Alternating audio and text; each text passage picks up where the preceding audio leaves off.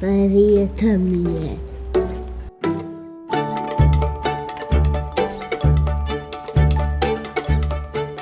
Začetki tovornjak, čelade, vodo, tonje, rotavice. Ja, pri gasilski opremi je pač intervencijska obleka, čelada, rokavice.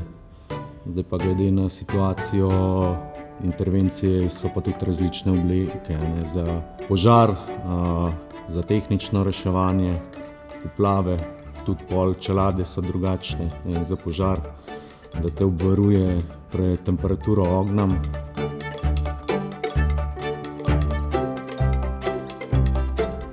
20 tir. Rečemo, če je za požar, ne, ker imaš intervencijsko obleko, pa potem imaš izolirani dihalni aparat, je to približno tam 30 kg. Če pa rečemo še kakšno košaro s cevmi zraven neseš v objekt, je pa pol imamo vse skupaj približno 60 kg, 50 do 60 kg.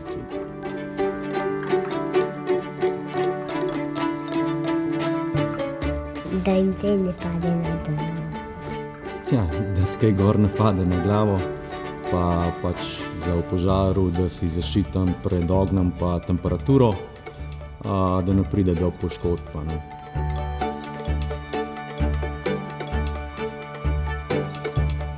Metrov. Ali misliš, da so 100? Ne, to pa zdaj ne. Ja, v bistvu, koliko je, bom rekel, cevi so dolge 15, 20 pa tudi 30 metrov. Je pa zavisi od objekta, koliko je, ne vem, velik ali pa nadstropji, koliko rabiš, moraš dobro oceniti, koliko rabiš sploh cevi potem, a ne, za objekt.